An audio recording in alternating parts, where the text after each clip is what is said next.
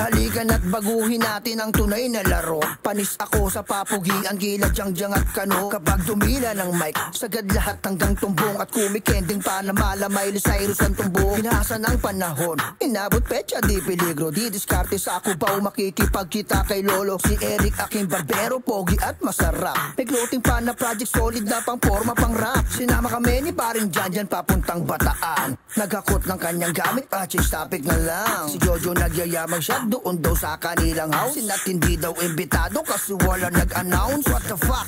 Lahat kayo hindi makakunik dahil iba ang atake at ako nag-direct. Ito ay katangahan, kami lang ang may alam. Maglalatag na si Connie at mga letrang maanghang.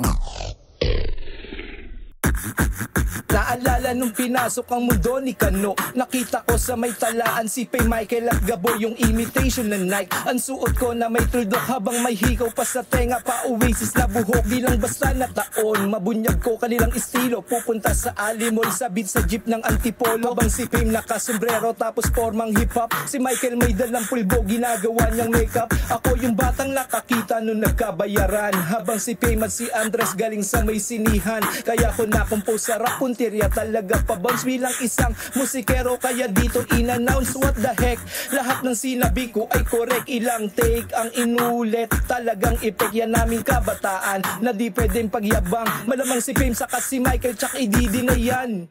Oh, ba't nawala yung beat? Wala, sunabit ano eh. Paano yan?